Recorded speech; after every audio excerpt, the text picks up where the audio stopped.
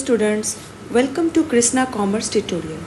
आज हम लोग क्लास 11 का फर्स्ट चैप्टर जो कि बेसिक अकाउंटिंग टर्म्स है उसी को कंटिन्यू करेंगे। ठीक है, तो इस क्लास में आज हम लोग डिस्कस करेंगे assets and it's type, liabilities and it's type, capital, drawing, receipt and it's type, expenditure and it's type. आज से हमने एक डिसीज़न लिया है कि हर की पॉइंट्स का, जो भी हमारे चैप्टर में की पॉइंट्स है उसके हिंदी मीनिंग को भी मैं लिखूंगी, सो दैट कि मैक्सिमम से मैक्सिमम बच्चे लोगों को इस क्लास का बेनिफिट मिल सके। ओके, तो इस क्लास के बाद से आपको जो भी क्लास प्रोवाइड किया जाएगा उसमें हिंदी पॉइंट्स भी साथ ही साथ इंक्लूड रहेगा, सो दैट कि ऐसे बच्चे जिनको कि हिंदी में क्लास करना है उनको भी इससे सहूलियत हो, समझ में आए। ठीक है, तो लेट्स स्टार्ट। सबसे पहला हमारा आइटम है एसेट्स एंड इट्स टाइप। तो एसेट्स एंड इट्स टाइप को समझने से पहले हम एक छोटा सा एग्जाम्पल लेते हैं जो हमने पहले भी लिया था। मान लेते हैं कि आपका जो नाम है वो है अमित। अमित आपका नाम है। आप क्या कर रहे हैं, क्या कर रहे, बुक स्टॉल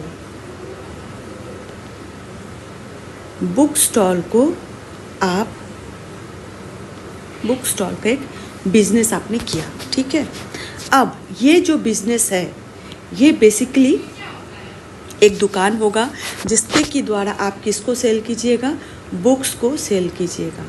अब ये जो दुकान में सबसे पहले तो आपको क्या चाहिए, सबसे पहले चाहिए आपको कैश।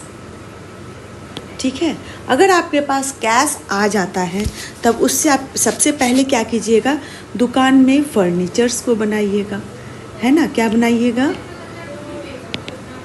फर्नीचर्स को बनाइएगा। अब फर्नीचर्स को क्यों बनाइएगा, क्योंकि आप जब बुक का दुकान को खोलिएगा, बुक के स्टॉल को खोलिएगा, तब बुक को रखने के लिए सेल्फ चाहिए होगा, सेल्फ जिसमें कि आप अपने बुक्स को रखिएगा। साथ ही साथ एक काउंटर प्लेस चाहिए होगा जहाँ पर कि आप खड़े होकर के बुक को बेचेंगे। साथ ही साथ आपको बैठने का फर्नीचर चाहिए। तो इस तरह से आपको एक फर्नीचर चाहिए उस दुकान के लिए। और एक बात जो बेसिक चीज़ है वो चाहिए, आपको लैंड चाहिए, है ना, बिल्डिंग चाहिए, एक बिल्डिंग चाहिए, ठीक है, या फिर रूम चाहिए। तो ये सारे चीज़ आपको सबसे पहले चाहिए होगा।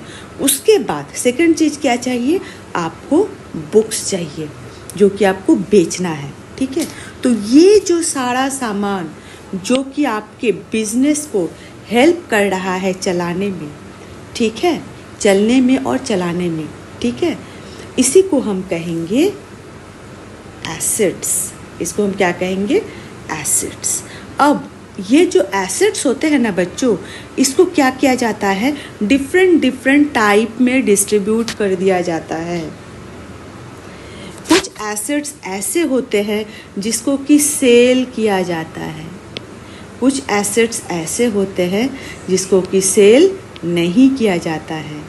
जैसे कि हमारे बुक्स हो गए, बुक्स को हम परचेस करते हैं, खरीदते हैं सेल करने के लिए। वेयर एज फर्नीचर भी हमारा एसेट हो गया। ये सारे आइटम्स को हम एसेट बोलेंगे। ठीक है, ये फर्नीचर हो गया, लैंड हो गया, बिल्डिंग हो गया, ये सारे एसेट्स हैं। इसको भी हम परचेस करते हैं, लेकिन ये क्या करता है, बिजनेस को कैरी ऑन करने में सपोर्ट, मदद करता है, चलने में, चलाने में बिजनेस को ये क्या करता है, मदद करता है। ठीक है, तो अब हम आगे देखेंगे कि हम एसेट्स जो होते हैं जो कि हमारे बिजनेस को चलने में या रन करने में मदद करता है, वो उसके कैसे टाइप होते हैं और उन टाइप का हम क्या नाम, उस टाइप के लिए हम अपना क्या नाम यूज़ करते हैं। ओके, तो चलिए पहले इसको इरेज कर लेती हूँ मैं, सो दैट आपको फिर से कुछ समझाना हो तो समझा पाऊँगी।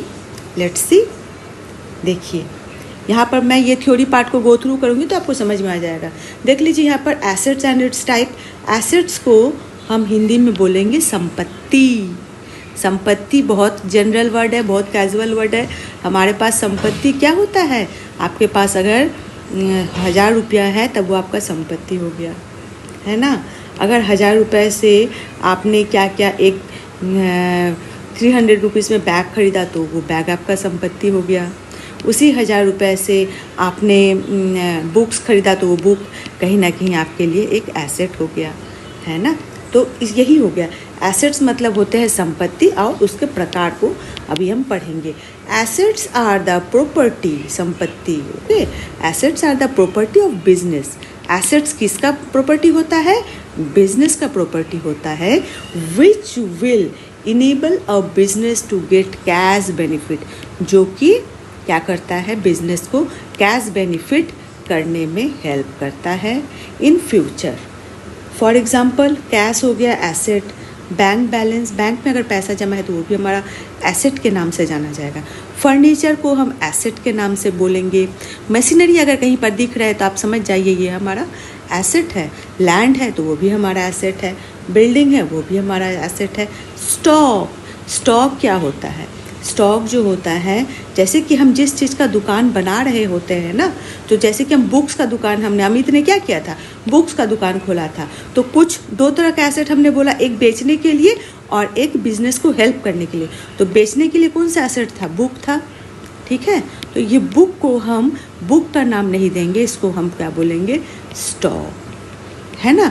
इसलिए हम इसको स्टॉक बोलेंगे। स्टॉक जो है ये कॉमन नाम है, ठीक है। अगर आपके पास बुक का दुकान नहीं है, स्वीट्स का दुकान है, तो स्वीट्स जो होगा ना आपको, वो भी आपको एक कॉमन नाम से जाना जाएगा, दैट इज़ कॉल्ड स्टॉक, है ना। तो इसी तरह से जो भी दुकान जिस सामान को बेचने के लिए बनाया गया है, दैट इज़ कॉल्ड स्टॉक। और डेटर आपको पहले से ही मैंने एक्सप्लेन कर दिया है। डेटर्स फिर से मैं बता दे रही हूँ, डेटर्स जो होता है वो लोग होते हैं जिसको हम उधार में सामान देते हैं। जैसे कि अमित आपका नाम है, आपने बुक का स्टॉल ख़रीदा, आप बुक का स्टॉल खोला हुआ है, बिज़नेस किया हुआ है, तो आपके एक फ्रेंड आए आकर के बोले, अमित सुनो ना, मेरे पास अभी पैसा नहीं है तो मुझे एक क्या दे दो, बुक दे दो, ये वाली बुक दे दो, फिर मैं बाद में पैसा दे दूँगा। तो ये जो आपका फ्रेंड था, है ना, ये फ्रेंड जो हो गया, अगर ये उधारी में बुक को ले जा रहा है आपसे बिना कोई पैसा पेमेंट किए, तब ये फ्रेंड हो जाएगा आपके लिए डेटर, ओके। तो डेटर, कभी ना कभी डेटर से आपको पैसा मिलेगा, इसीलिए वो भी आपका एसेट के नाम से ही जाना जाएगा, ठीक है। अब देखिए टाइप्स, नेक्स्ट आ रहा है टाइप्स। टाइप्स कितने प्रकार के होते हैं, करंट एसेट्स, नंबर 1 हो गया करंट एसेट, जिसको कि हम हिंदी में बोलते हैं वर्तमान संपत्ति, है ना।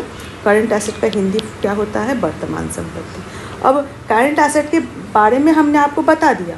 करंट एसेट वो एकदम मोटा तौर पर अगर हम बोले, करंट एसेट जो होते हैं वो एसेट होते हैं जिसको कि हम बहुत जल्दी कैश में कन्वर्ट कर सके, और जिसको कि हम क्या करते हैं, बिजनेस में रखते हैं सेल के पर्पस से।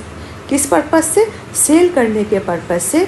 और या तो फिर हम ये भी कर सकते हैं कि उस एसेट को हम 1 साल के अंदर में ही, मतलब बार बार हम उसको कैश, मतलब हम उसको कैश में इजीली कन्वर्ट कर सके, that is called current asset, ठीक है। तब देख लीजिए यहाँ पर हमने क्या लिखा है, those assets which are meant for sale, जिसको कि सेल के लिए हम रखे हैं अपने पास, और which the management would want to convert into cash within 1 year. 1 year के अंदर में उसको हम कैश में कन्वर्ट कर सके, that is called current asset. उसको हम लोग वर्तमान संपत्ति बोलेंगे, जिसको कि जिसमें किया जाता है हमारा स्टॉक को हम क्या करते हैं, 1 साल में स्टॉक को हम बार बार बेच रहे होते हैं, उससे कैश मिलता है। और स्टॉक से ही हमारा अगर कोई पेमेंट बिना किए हुए अगर कोई सामान ले जाए तो हमारा डेटर क्रिएट हो जाएगा, जो 1 साल के अंदर में हमारा पैसा दे देता है। साथ ही साथ कैश भी हमारा करंट एसेट में ही आएगा, ओके। अब let's move to fixed asset. Second type हमारा हो गया फिक्स्ड एसेट, जिसको कि हम हिंदी में बोलते हैं निश्चित संपत्ति।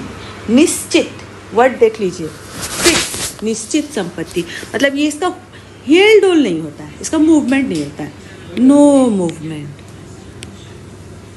इसको क्या होता है, हम ऐसे भी बोल सकते हैं नो सेल।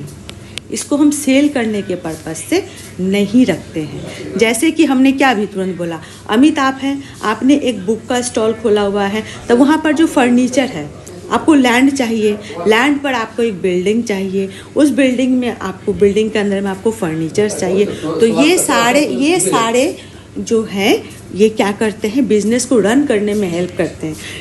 इसको आप ना ही बेचते हैं और ना ही इससे पैसा कमाते हैं। इससे आप क्या करते हैं, बिजनेस में आप इसको यूज़ करते हैं, यूज़ करके आप सेल जो है, सेल को क्रिएट करते हैं। इसको यूज़ करके आप सेल को क्रिएट करते हैं। तो इसी को हम लोग बोलेंगे क्या, फिक्स्ड एसेट और निश्चित एसेट, है ना। ये आपका निश्चित वर्ड क्या होता है, फिक्स्ड से ही आता है, ठीक है। अब देखिए यहाँ पर, it refers to those assets which are continue use in the business for the purpose of producing goods, services and are not meant for sale। जो क्या करता है, their purpose is to producing goods और services।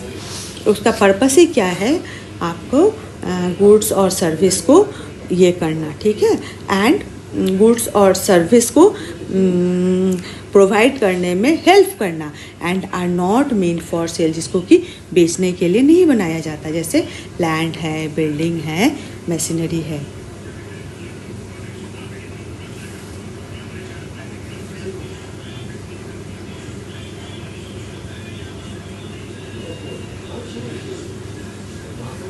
एक second, यहाँ पर एक word जो है वो छूटा हुआ है,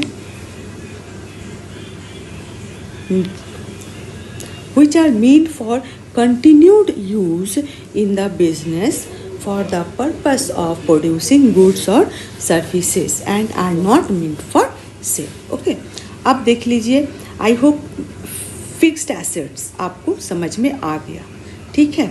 अब सेकेंड आ गया, फिक्स्ड एसेट्स के टाइप क्या क्या होते हैं।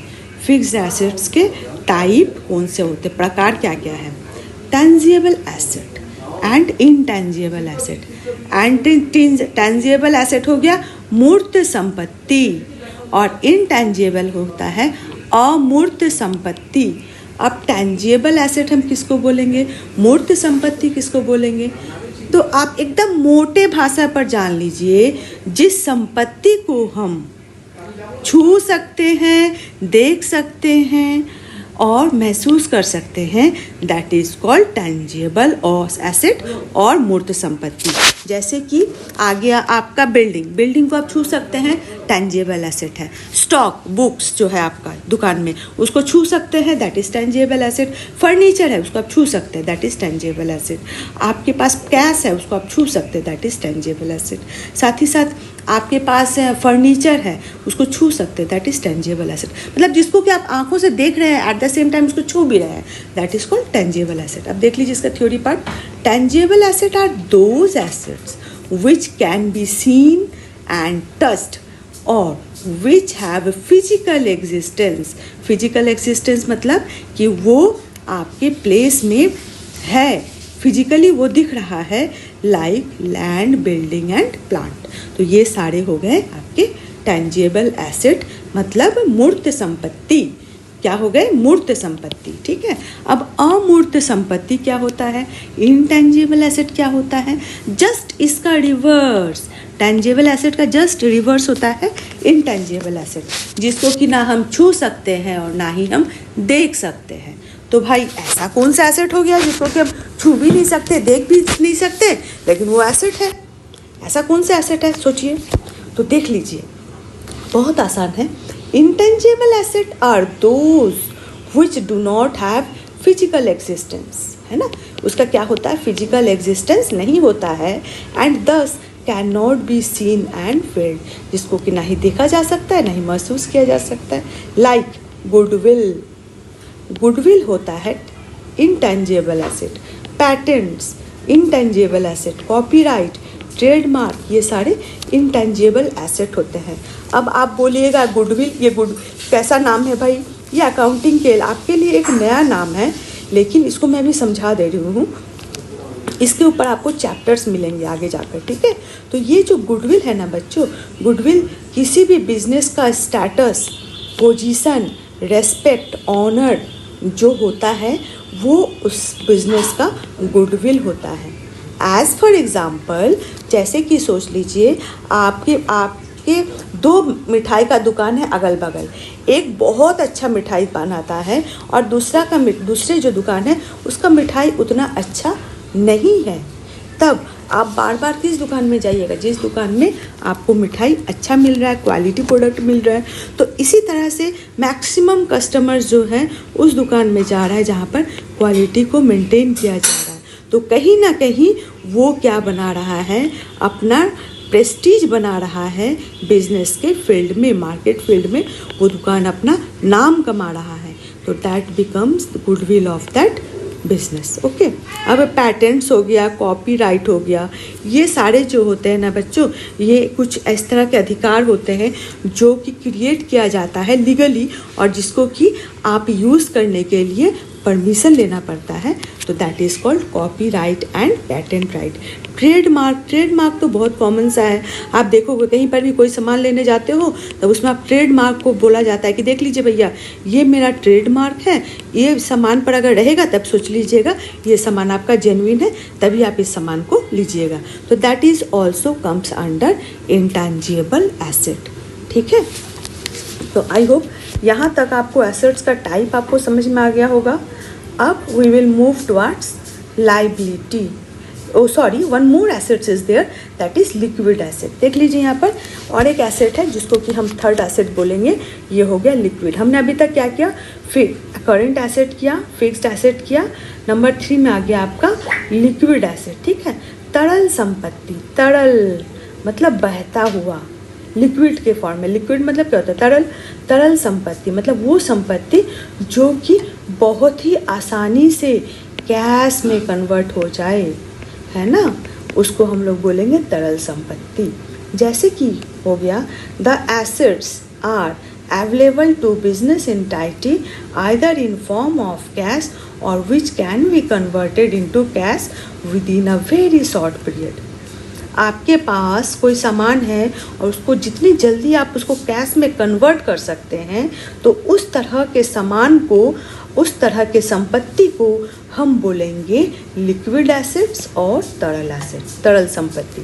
या तो लिक्विड एसेट बोलेंगे, नहीं तो फिर उसको तरल संपत्ति बोलेंगे। जैसे कि आप कैश तो आपका इजीली कैश तो कैश में ही कन्वर्ट हो रहा है, कैश एट बैंक, आप बैंक से भी आसानी से कैश निकाल सकते हो।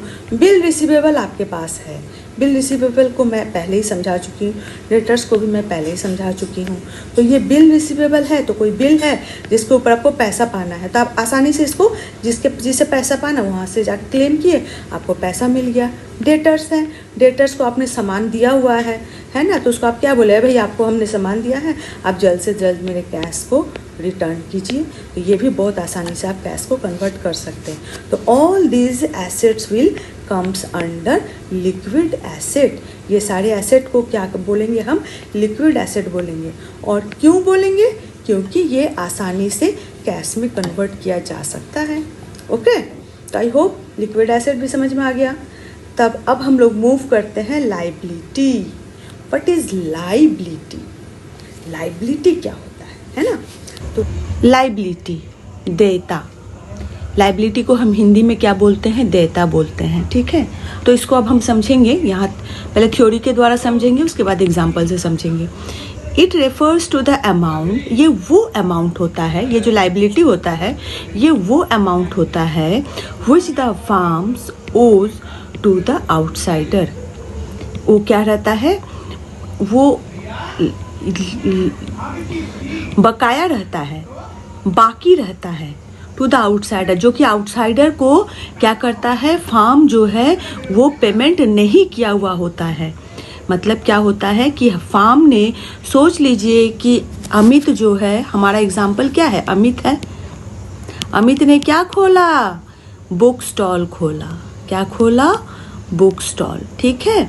तो बुक स्टॉल में उसने क्या किया, 50,000 का बुक्स खरीदा, ठीक है। 50,000 का बुक्स में से उसने सिर्फ 25,000 को पे किया, है ना।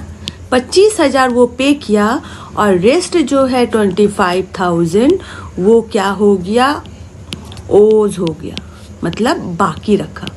तो वो बाकी का जो अमाउंट हो जाएगा वही हमारा कहलाएगा लाइबिलिटी, है ना। तो यहाँ पर देख लीजिए बच्चों, विच द फार्म ओज, जो बाकी रखा, टू द आउटसाइडर, आउटसाइडर को, excepting the amount owed to the proprietors, proprietor का अमाउंट जो है उसको छोड़ करके, ठीक है। अब और एक थोड़ा सा इजी वर्ड में हम देख लेते हैं। Liabilities are the debts, liability वो ऋण है ओड टू द क्रेडिटर्स, जो कि क्रेडिटर्स के ऊपर में, क्रेडिटर्स को पेमेंट करना बाकी रहता है, ठीक है। हम लोग पेमेंट नहीं करते हैं, उसी को हम लोग लाइबिलिटी बोलते हैं। मतलब एकदम साधारण सा बात समझ लीजिए, जब हम किसी को पेमेंट नहीं करते हैं तब वो हो जाता है हमारा लाइबिलिटी।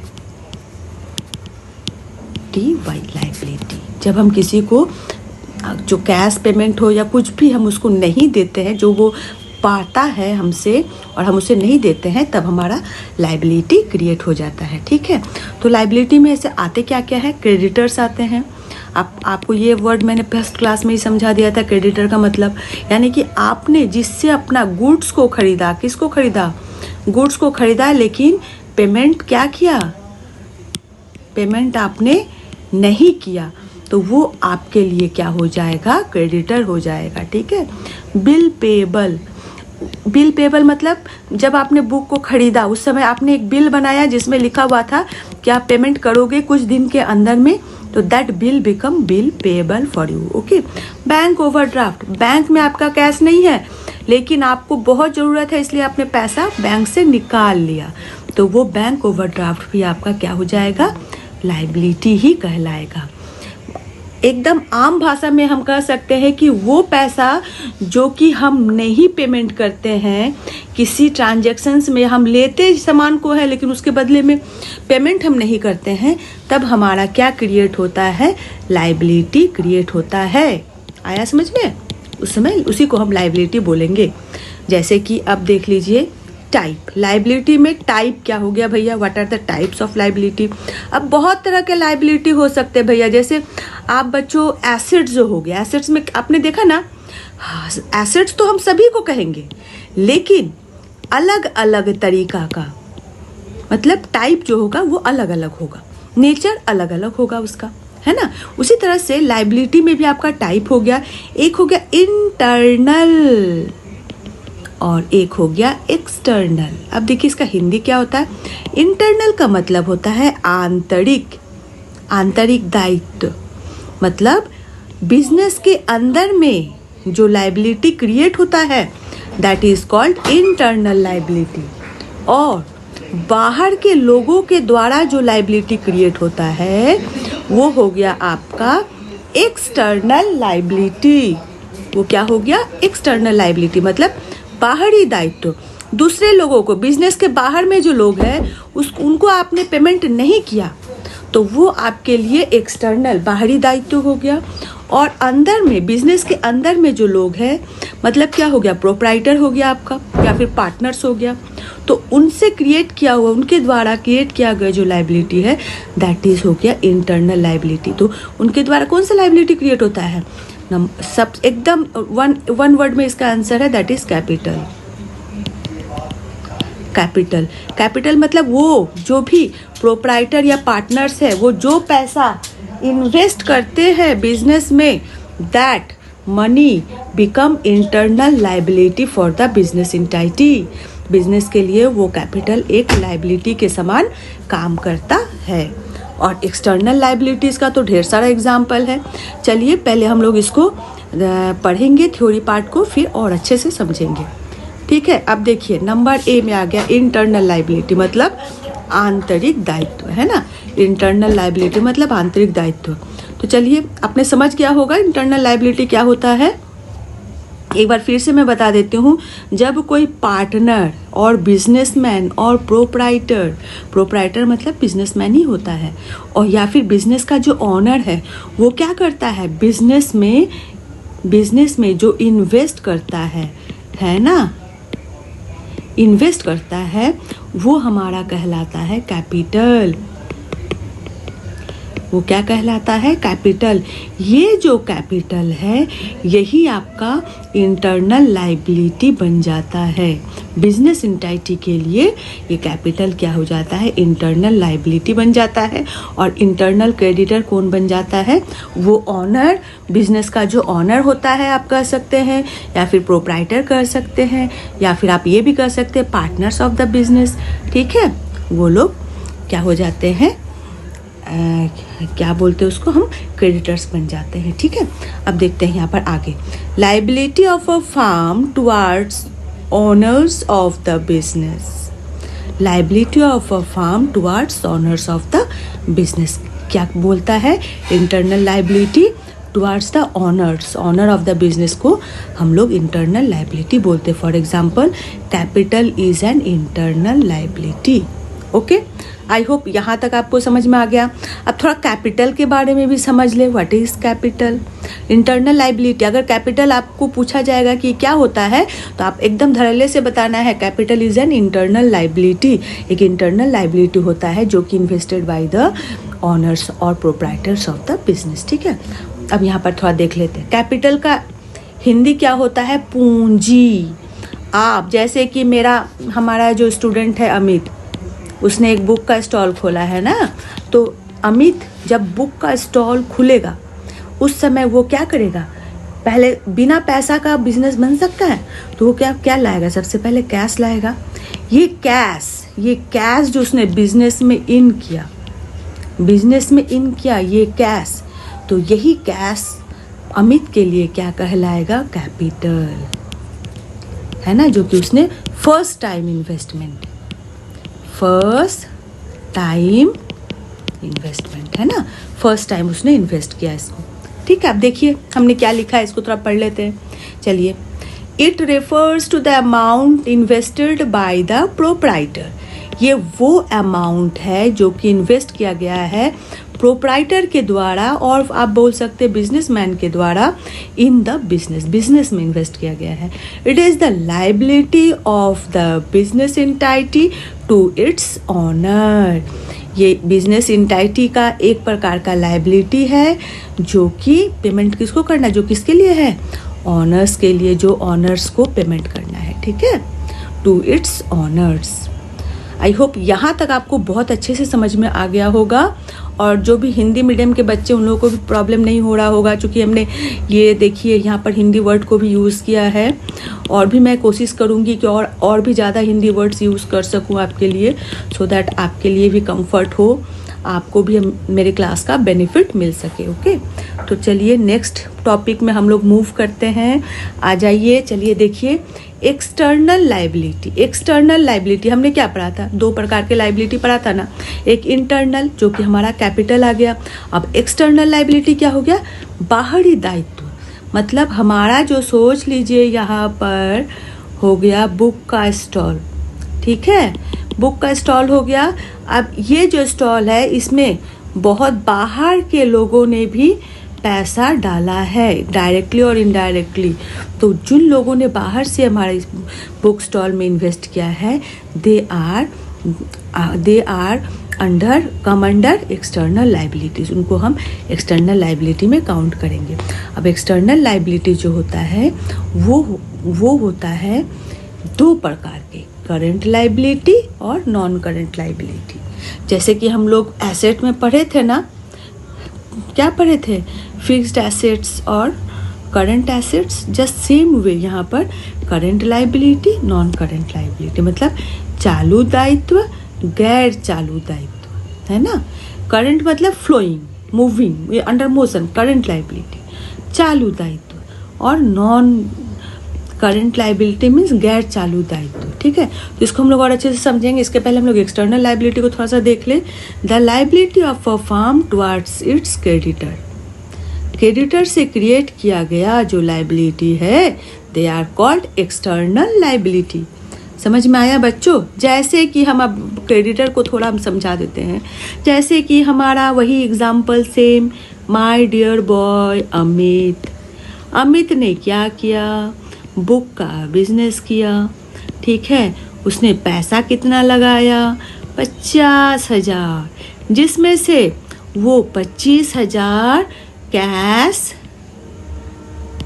खुद का था और 25,000 जब वो 25,000 का बुक खरीदा तो उसने ये पेमेंट नहीं किया, नॉट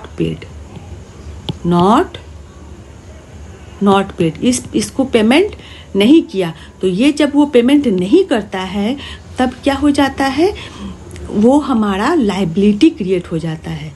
और बुक का जो मालिक है, जिस दुकान से, जिस होलसेलर दुकान से वो बुक खरीद रहा है, उस दुकान का जो मालिक है वो हमारा बन जाता है क्या? क्रेडिटर। वो हमारा बन जाता है क्रेडिटर।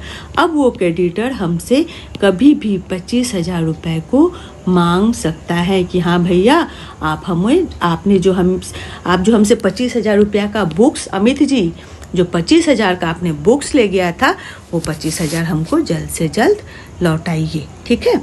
तो they will be called creditor. Understand? तो एक्सटर्नल लाइबिलिटी आई होप समझ में आ गया होगा, ठीक है। जो बिजनेस के बाहर में जो लाइबिलिटी क्रिएट होता है, they are called external liability, और जिसके द्वारा क्रिएट होता है वो हो जाएगा हमारा क्रेडिटर। मतलब हम बोल सकते हैं कि जिसको हमको पेमेंट करना है, पैसा जिसको देना है, वो हो जाएगा हमारा क्रेडिटर, है ना। अब देखिए एक्सटर्नल लाइबिलिटी का फर्स्ट टाइप क्या हो रहा है हमारा?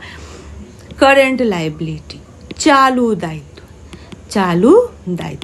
अब ये क्या होता है भैया? चालू दायित्व क्या होता है? तो चलिए हम लोग थोड़ा देख लेते हैं चालू दायित्व क्या होता है।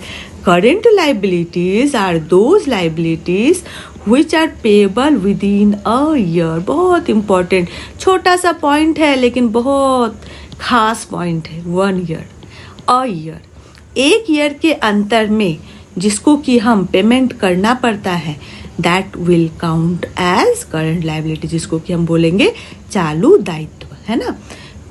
फिर से एक बार मैं बोल देती हूँ, करंट लाइबिलिटी कौन होते हैं? दोज लाइबिलिटी, वो दायित्व होते हैं विच आर पेबल, जिसको कि हम पेमेंट करते हैं, पेबल है जिसको पेमेंट करते हैं विद इन अ ईयर, एक ईयर के अंदर में हम जिसका पेमेंट कर देते हैं। ओके, इट इंक्लूड्स, इसमें शामिल कौन कौन आ जाता है भैया? कौन कौन से सदस्य आ जाते हैं? लेनदार, क्रेडिटर्स, है ना, लेनदार आ जाते हैं, बिल पेबल आ जाते हैं, देय बिल, है ना, बैंक ओवरड्राफ्ट आ जाता है। जब हम बैंक से पैसा नहीं है बैंक में, फिर भी हम करंट अकाउंट से पैसा निकाले हैं, तो that become bank overdraft. Short term loan, छोटा लोन हमने लिया है बैंक से, लघुकालीन ऋण, वो भी हमारा करंट लाइबिलिटी में आ जाता है। मतलब ये सारे जो अमाउंट है ना बच्चों, इसको हमको 1 ईयर के अंतर में ही पेमेंट करना पड़ता है। That is why these are called चालू दायित्व। इसलिए इसको हम क्या बोलते हैं? चालू दायित्व और करंट लाइबिलिटी। ओके, तो इंग्लिश मीडियम के जो बच्चे हैं, आप लोगों को भी क्या चाहिए? हिंदी वर्ड्स आप भी जान के रखिए। किस समय हमारा लैंग्वेज जो होता है ना बच्चों, इसमें हमारा ग्रिप रहना चाहिए। अगर इंग्लिश मीडियम के जो बच्चे, उन लोगों को भी अगर ये सारा आ जाता है समझ में, और ये कहीं ना कहीं आपके दिमाग में इसका मीनिंग जो है, ये इंग्लिश का कन्वर्जन अगर बैठा हुआ रहता है, तो आपको कहीं ना कहीं आपको ये काम आएगा ही। क्योंकि कोई भी चीज़ बेकार नहीं जाती है। अगर आप मन लगाकर सीख रहे हैं तो वो आपको कभी भी काम आ सकता है। किस सिचुएशन में काम आएगा? तब आप मैम को याद कीजिएगा कि मैम ने हमें ये सिखाया था, हमें तो और कहीं नहीं मिला ये सारे वर्ड्स, तो मैम ने हमें सिखाया था, तो आज ये हमारा काम का बन गया है। ठीक है, तो whether childrens are from English medium और Hindi medium, both the things are important. अब इंग्लिश, अगर हिंदी मीडियम के ही बच्चे हैं तो उनको भी जानना चाहिए कि गैर चालू दायित्व इंग्लिश में क्या कहा जाता है। तो हर तरह का इंफॉर्मेशन आपके पास होना चाहिए। ओके, तो let's move non current liability. Non current liability क्या होता है बच्चों, देख लेते हैं। Liability payable for a long period of time. Current liability में क्या था? 1 ईयर में था, 1 ईयर का दायित्व था। ये क्या हो गया, long period of time are called non current liability, जिसका पेमेंट क्या होता है, वह 1 ईयर्स के बाद होता है, वह 1 साल के बाद हम करते हैं या फिर एक लंबे समय के बाद करते हैं, तो that is called non current liability. जैसे कि हो गया डिवेंचर। देखिए बच्चों, डिवेंचर क्या होता है ना, ये रिलेटेड टू हमारा कैपिटल से रिलेटेड वर्ड है। जब हम बाहर से पैसा लेते हैं तब उसके बदले में हम कुछ सर्टिफिकेट्स इशू करते हैं, है ना, तो दे आर कॉल्ड डिवेंचर। ठीक है। अब लॉन्ग टर्म लोन, बैंक से जब हम पैसा लिए तब क्या हुआ, लॉन्ग टर्म लोन हुआ ना, तो वो लॉन्ग टर्म लोन 1 साल वाला लोन नहीं होता है, वो 4, 5, 6, 10 साल वाले लोन होते, बड़े बड़े लोन होते हैं लॉन्ग टर्म लोन। ठीक है, तो वो भी आपका नॉन करेंट लाइबिलिटी में आएगा। मॉर्गेज लोन, कि कोई आपके पास सामान है, उसको आपने मॉर्गेज दिया, ठीक है, तो वो 1 साल का नहीं होता है बच्चों, वो कई साल का, 5-6 साल का या 10 साल का भी हो सकता है या उससे अधिक भी होता है, तो वो हो जाता है, that is called mortgage loan.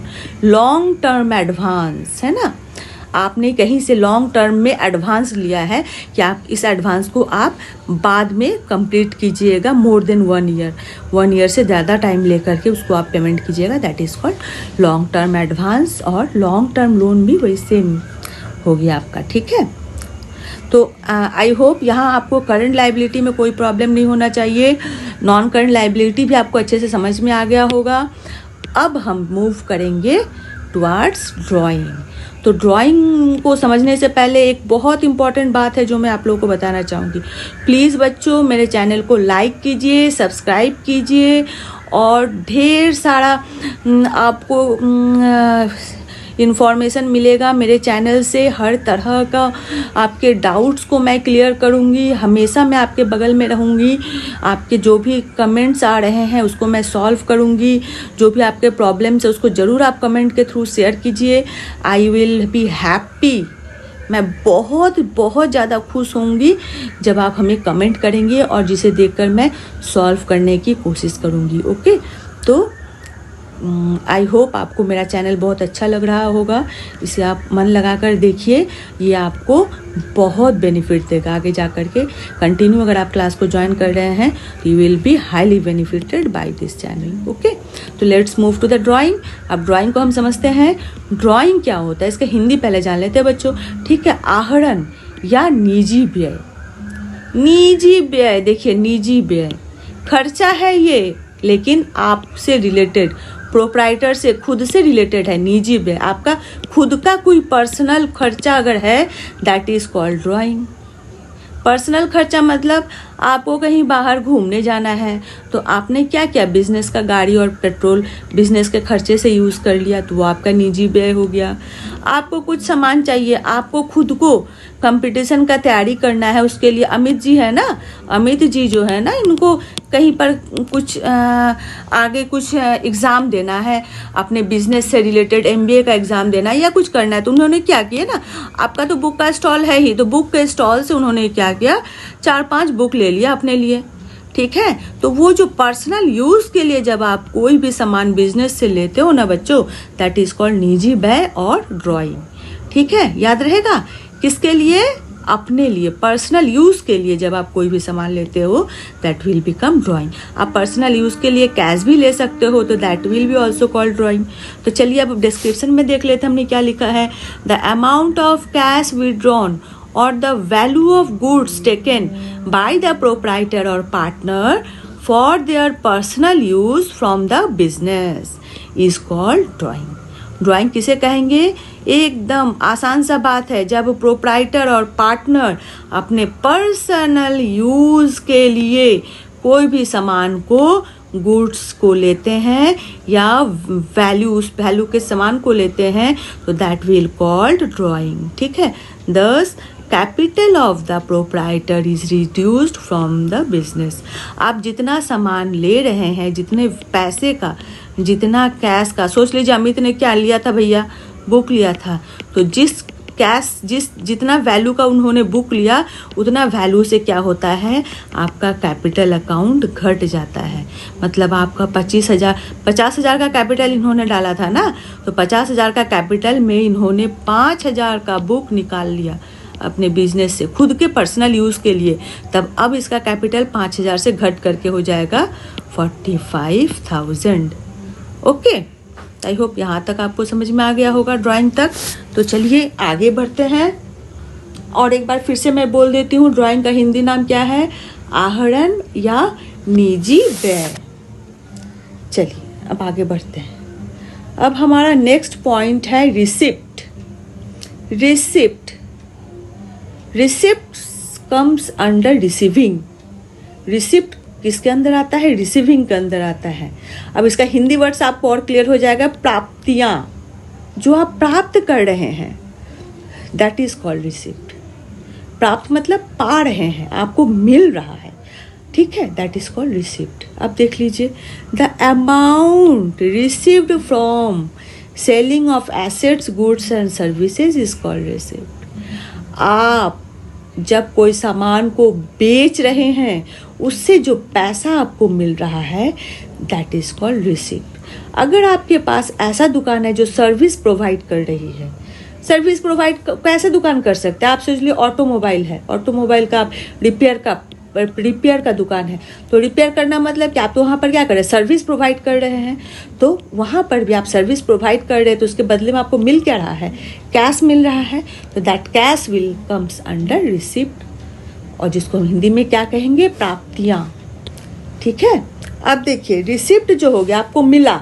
अब आपको बहुत तरह के पैसे मिल सकते हैं, है ना। अब अमित जैसे हो कि हमने क्या कहा था, अमित जो है ना, इस बंदे ने बुक्स बेचा, ठीक है, बुक्स बेच करके इसने क्या रिसीव किया, कैश, ठीक है। अब देखिए अमित का जो दुकान था वो अब हो चुका है 5 साल पुराना, उसके फर्नीचर्स जो हो गए ना, वो अब खराब होने लगे हैं, क्या, फर्नीचर खराब होने लगे, तो उसने फर्नीचर को बेचा, तो उसको क्या मिला, कैश मिला ना। तब अब आप देख लीजिए यहाँ पर जो हमारे ये अमित जी हैं, इन्होंने बेचा बुक, इन्होंने बेचा फर्नीचर। तो अब बुक बेचा, फर्नीचर बेचा, आपको पता होगा अच्छे से बुक किस में आएगा, बुक को कहलाएंगे स्टॉक, है ना, या तो फिर गुड्स, और फर्नीचर किस में आ जाएगा, फिक्स्ड एसेट में, फिक्स्ड। तो करंट एसेट में आ जाएगा बुक, और फर्नीचर आ जाएगा फिक्स्ड एसेट में। तो आप जब अमित सेल कर रहा है बुक, तब भी रिसिप्ट हो रहा है, और जब अमित सेल कर रहा है फर्नीचर, तब भी आपको क्या रिसिप्ट हो रहा है, कैश आपको मिल रहा है, अमित को कैश मिल रहा है। इन दिस पोजीशन, इस स्थिति में क्या होगा, आप कह सकते हैं कि करंट एसेट्स से जो मिला हुआ रिसिप्ट है वो नेचर का अलग है, और फर्नीचर से जो रिसिप्ट मिला हुआ कैश है वो नेचर का अलग है। तो इस तरह से हम रिसिप्ट को भी जस्ट लाइक एसेट और लाइबिलिटी, रिसिप्ट को भी डिफरेंट पार्ट्स में बांटते हैं। रिसिप्ट के भी क्या होते हैं, टाइप्स होते हैं, है ना। क्यों, क्योंकि जो रिसिप्ट होता है वो हमारा सेम नेचर का, सारा जो मनी होता है वो सेम नेचर का नहीं है, जो भी रिसीव हो रहा है वो सारा सेम नेचर का नहीं है, डिफरेंट नेचर का है। तो हम इसको 2 तरह से बांटते हैं। रिसिप्ट के 2 टाइप है, नंबर 1 हो गया कैपिटल रिसिप्ट, और दूसरा हो गया रेवेन्यू रिसिप्ट। कैपिटल रिसिप्ट को हम हिंदी में बोलेंगे, कैपिटल नाम है ना, तो पूंजीगत प्राप्तियाँ। कौन सी रिसिप्ट है ये, पूंजीगत प्राप्तियाँ। दूसरा रेवेन्यू मतलब राजस्व प्राप्तियाँ, क्या होगा, राजस्व प्राप्तियाँ। तो प्राप्तियाँ को मतलब तो आप समझ चुके होंगे, what is the meaning of प्राप्तियाँ, है ना। अब हम लोग इसके टाइप को एक्सप्लेन करेंगे। चलिए यहाँ देख लीजिए बच्चों, कैपिटल रिसिप्ट, पूंजीगत प्राप्तियाँ। अब देखिए कैपिटल रिसिप्ट होता क्या है, कैपिटल रिसिप्ट जो है वो रिसिप्ट है जो कि प्रोप्राइटर और पार्टनर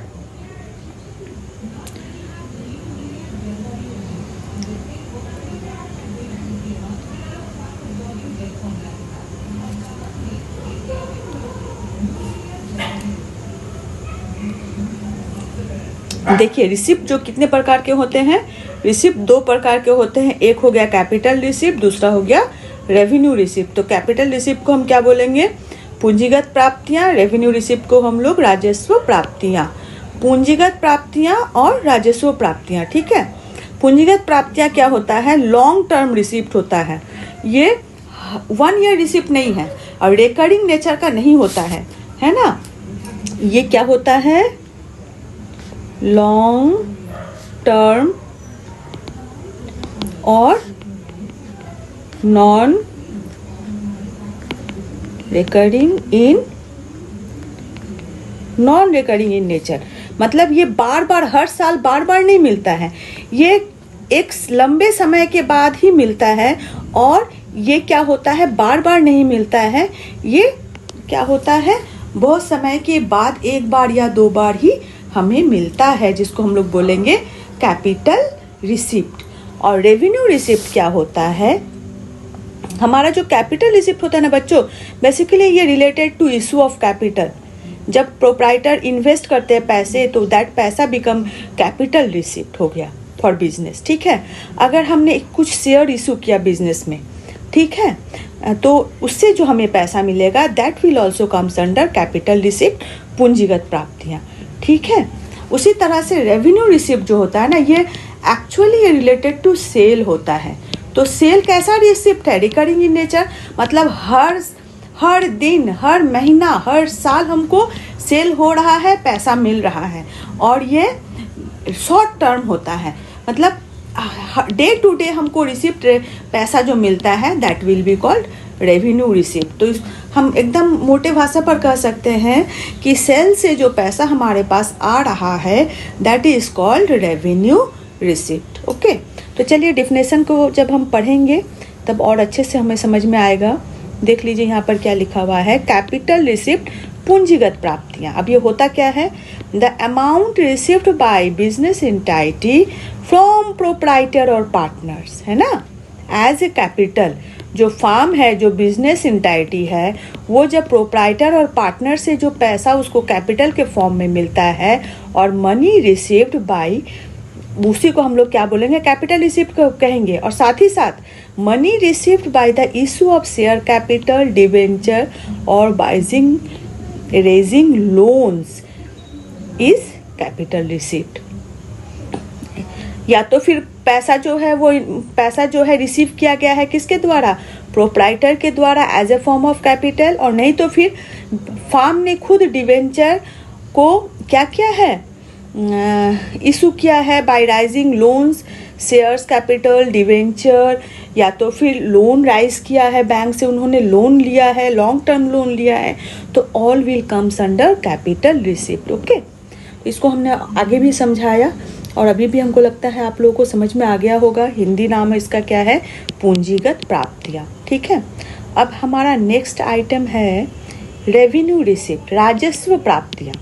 रेवेन्यू रिसिप्ट को हम क्या बोलते हैं, राजस्व प्राप्तियाँ। अब ये भी हमको समझ में आ गया होगा आप लोगों को। चलिए देख लेते हैं थोड़ा सा। Revenue receipt refer to the amount received by the business entity on recurring basis, है ना। अभी तुरंत आपको बताया था रिकरिंग बेसिस मतलब क्या हो रहा है, आज भी मिला, कल भी मिला, परसों भी मिला, हर दिन वही सेम प्रोसेस हो रहा है और हमको पैसा मिल रहा है। सेम प्रोसेस में क्या होता है, सेल होता है। तो अमित बुक हर दिन सेल कर रहा है, जो पैसा मिल रहा है that will comes under revenue receipt, basis form of operations of its business, है ना। ऑपरेशंस ऑफ द बिजनेस क्या होगा, सेल होगा। Sale is also called operation of the business. Okay, अब देखिए एग्जाम्पल क्या है, amount received from sale of goods और सर्विस। एकदम सिंपली लिखा हुआ है, जो भी हम अमाउंट रिसीव करते हैं from the sale of goods and services that is called revenue receipt, राजस्व प्राप्तियाँ। तो आई होप चलिए आपको समझ में आ रहा होगा, मेरी कोशिश सफल हो रही होगी। Let's move to the expenditure. ज़्यादा बड़ा मैं क्लास को नहीं करूँगी, एक्सपेंडिचर हो जाने के बाद आपका ये क्लास ख़त्म हो जाएगा। थोड़ा सा मेहनत कर लीजिए, थोड़ा सा देख लीजिए, टाइम भी बहुत ज़्यादा हो रहा है। तो चलिए इसको हम लोग पढ़ने के बाद आज का क्लास ख़त्म होगा। फिर नेक्स्ट क्लास में कुछ लास्ट बचे हुए पॉइंट्स है उसको डिस्कस करूँगी। Then after this chapter will be completed. Okay, तो चलिए देख लेते हैं यहाँ पर एक्सपेंडिचर को थोड़ा समझ लेते हैं। एक्सपेंडिचर खर्च होता है ना, आपके पापा को सैलरी मिलता है, मिला नहीं कि खर्च शुरू, पैसा आया नहीं कि व्यय खर्चा शुरू हो जाता है, ठीक है। तो वही एक्सपेंडिचर बिजनेस में क्या होता है। एक्सपेंडिचर देख लीजिए, जब आप कैपिटल क्या के इन्वेस्ट किए, आपने अमित ने बिजनेस में लाए क्या 50,000 रुपया। अब लाने के बाद वो अपना खर्चा किए कहाँ, बिल्डिंग में किए, फर्नीचर में किए, साथ ही साथ स्टॉक में किए, दैट इज़ गुड्स, और आप कह सकते हैं कि बुक्स। तो ये सारा टाइप डिफरेंट टाइप का उनको खर्चा हुआ। ये 50,000 अलग अलग जगह पर अलग अलग टाइप में खर्चा किए, ठीक है। तो उसी तरह से just like assets, liabilities and receipts, उसी तरह से एक्सपेंडिचर को भी हम डिफरेंट पार्ट में डिस्ट्रीब्यूट कर देंगे।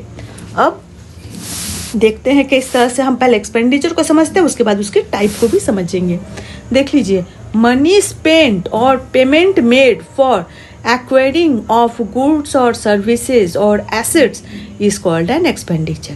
यहाँ पर एक बात देखिए, ध्यान दीजिए, ये क्या हुआ है, मनी स्पेंड, मनी को खर्चा किया गया है और पेमेंट किया गया है फॉर एक्वायरिंग, और इसको हम बोल सकते हैं गेटिंग गुड्स और सर्विसेज और एसेट्स। या तो फिर गुड्स को परचेस करने के लिए पैसा दिया गया है, या तो सर्विस को प्रोवाइड करने के लिए पैसा दिया गया है, या तो फिर बिजनेस में एसेट्स को परचेस करने में पैसा को दिया गया है।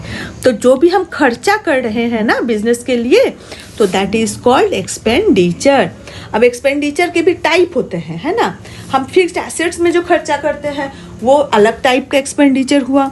हम जो करंट एसेट को परचेस करने में खर्चा कर रहे हैं वो हमारा अलग तरह का एक्सपेंडिचर हुआ, ठीक है। तब यहाँ पर थोड़ा एग्जांपल देख लेते हैं। परचेज ऑफ गुड्स है ना, ये करंट एसेट है, इसके लिए हम जो खर्चा करेंगे। परचेज ऑफ लैंड, लैंड हमारा फिक्स्ड एसेट है, तो फिक्स्ड एसेट के लिए हम जो खर्चा करेंगे वो दूसरे डिफरेंट टाइप का एक्सपेंडिचर होगा। Payment of rent and salary, rent और सैलरी हमारा जो बिल्डिंग का लिए है किराए पर, उसको हमको पैसा देना है, तो it is also a different type of expenditure. Salary, हम तो बिजनेस, अमित तो बिजनेस खुद कर ही रहा है, साथ ही साथ 2 वर्कर को रखा है, तो उसको पेमेंट भी करना पड़ता है हर महीने, तो that salary will under also expenditure for the business. ये भी एक टाइप का एक्सपेंडिचर है बिजनेस के लिए, तो ये भी एक दूसरे टाइप का एक्सपेंडिचर है जिसको हम समझेंगे। तो बेसिकली हमने 3 तरह के एक्सपेंडिचर्स को यहाँ किया हुआ है, 3 types, capital expenditure, revenue expenditure and deferred revenue expenditure. अब देख लीजिए, कैपिटल एक्सपेंडिचर को, कैपिटल का पता ही होगा मतलब पूंजीगत व्यय। क्या हो गया कैपिटल एक्सपेंडिचर का हिंदी, पूंजीगत व्यय। रेवेन्यू एक्सपेंडिचर का क्या हिंदी हो गया, आयगत व्यय। और डेफर्ड रेवेन्यू एक्सपेंडिचर मतलब स्थगित राजस्व व्यय। क्या हो गया,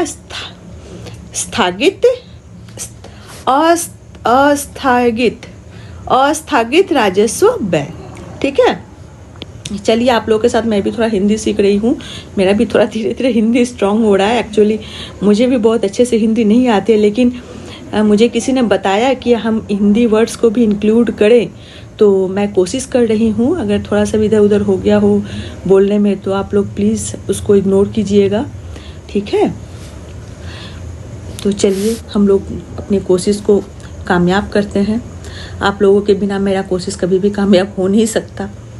तो लेट्स मूव, चलिए पढ़ाई शुरू करते हैं।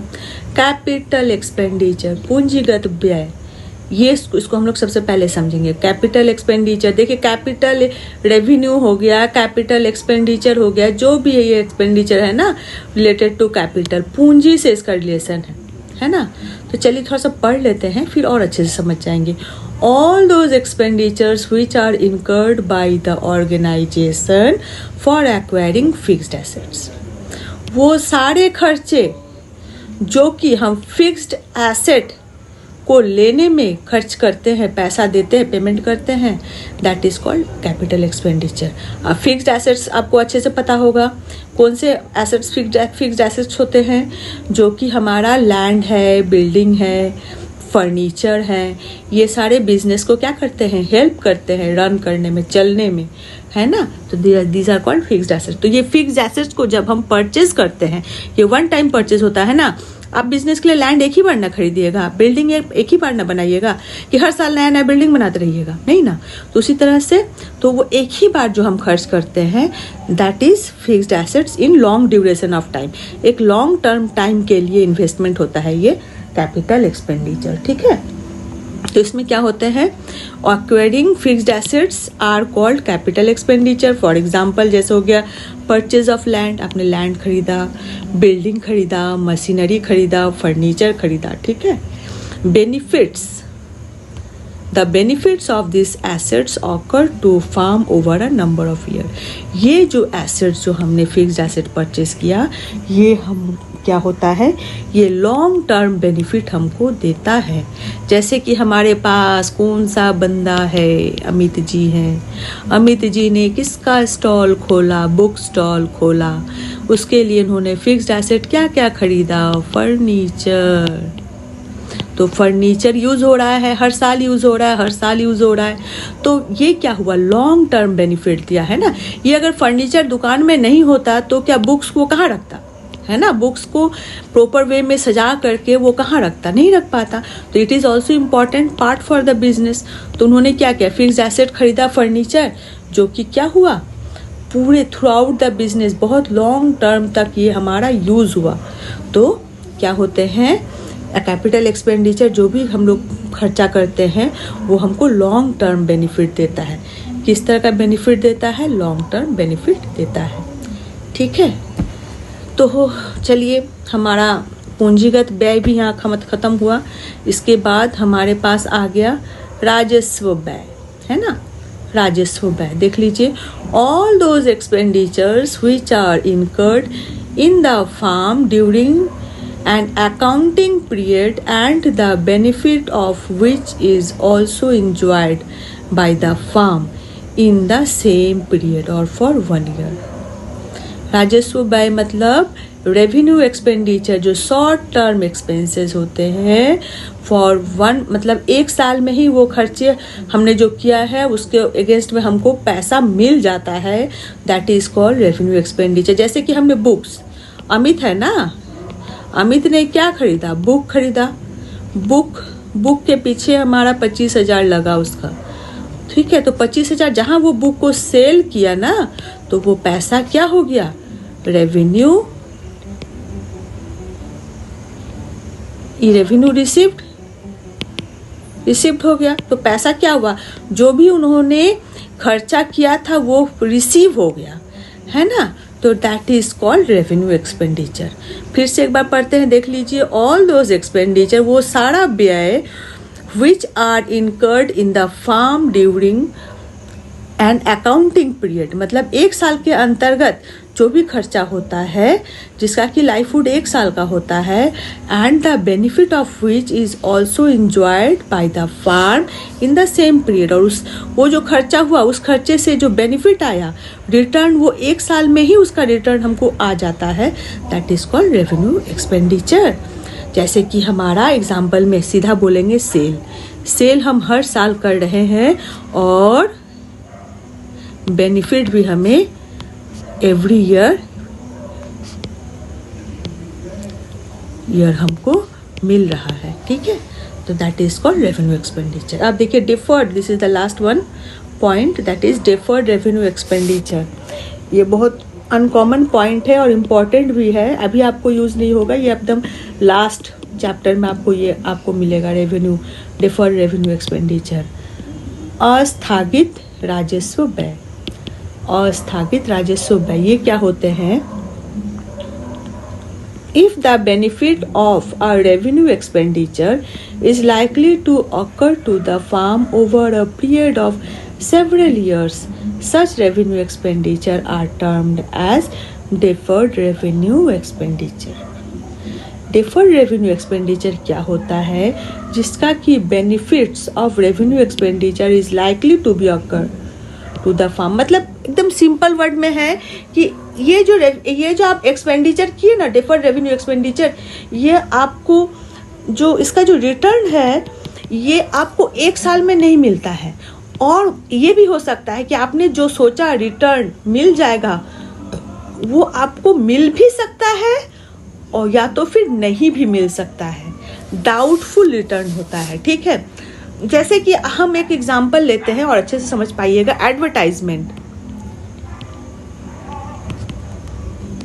है ना, एडवर्टाइजमेंट। हमारे पास टाटा मोटर्स है, टाटा मोटर्स ने एक कार लॉन्च किया। ठीक है, अब कार लॉन्च करने से पहले इसको क्या किया, इसका एकदम धमाकेदार एडवर्टाइजमेंट किया, प्रचार किया इसका। ठीक है, इसको प्रचार में खर्च हो गया 5 लाख। एडवर्टाइजमेंट में कितना खर्च हुआ आपका, 5 लाख रुपीस खर्च हो गया। तो अब ये जो खर्च हुआ ये हो सकता है कि टाटा मोटर्स को अगर ये कार चल गया मार्केट में, मार्केट पकड़ लिया, तब तो आसानी से ये 55 लाख टाटा मोटर्स को मिल जाएगा। अगर ये कार नहीं चला, बाई चांस एडवर्टाइजमेंट सक्सेसफुल नहीं हो पाया, तब ये 5 लाख आपका डूबा, समझो, है ना। तो यही होता है डिफर्ड रेवेन्यू एक्सपेंडिचर। आपने खर्च तो कर दिया, लेकिन ये आपको रिटर्न कब तक देगा इसकी आपके पास कोई फिक्स्ड पीरियड नहीं है। अगर सक्सेसफुल रहा प्रोजेक्ट तो हो सकता है कि रिटर्न आपको बहुत जल्दी मिल जाए, और अगर सक्सेसफुल नहीं रहा तब आपको रिटर्न आपको ना भी मिले या तो फिर कम मात्रा में मिले। ठीक है, फिर से एक बार मैं थ्योरी को पढ़ती हूँ तो हो सकता है आपको और अच्छे से क्लियर हो जाएगा। If the benefit of revenue expenditure is likely to occur to the firm over a period of several years, बहुत ईयर्स तक उसका बेनिफिट हमको अगर मिलता रहे, such revenue expenditure are termed as deferred revenue expenditure. उस तरह के एक्सपेंडिचर को हम क्या बोलेंगे, डिफर्ड रेवेन्यू एक्सपेंडिचर। जैसे कि money spent on advertisement, advertisement में जो मनी को स्पेंड करते हैं that is called deferred revenue expenditure. तो चलिए, that's all my dear children, I hope you understand. आपने सारा कुछ अच्छे से समझ लिया है और मेरी कोशिश ज़रूर कामयाब होगी। आप लोगों को मैं और भी वीडियोस प्रोवाइड करूँगी, चैप्टर वाइज मैं वीडियो प्रोवाइड करूँगी। कभी कभी बीच बीच में मैं लेट हो जाती हूँ due to some works, personal works, तो आप उसको इग्नोर कीजिएगा। Please please please my dear students, subscribe my channel, like my channel, it motivates me more and more. Good bye.